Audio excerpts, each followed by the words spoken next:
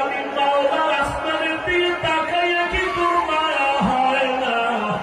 আমার দেওয়া পানি ভোগ করো কি মায়া হয় না? আমার দেওয়া সূর্যের আলো ভোগ করো কি তোর অন্তরে মায়া হয় না? যে তোরে টাকা দেয়, খানা দেয়, তার জন্য তোর দিলে এত মায়া। আর আমি আল্লাহ তোরে এত সুন্দর কণ্ঠ দিয়েছি,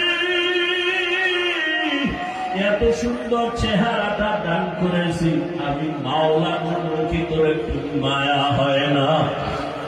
ও বান্দা, মা বাবা তোরে কাপড় দেয়, খানা দেয়, মা বাবার জন্য তোর এত মায়া।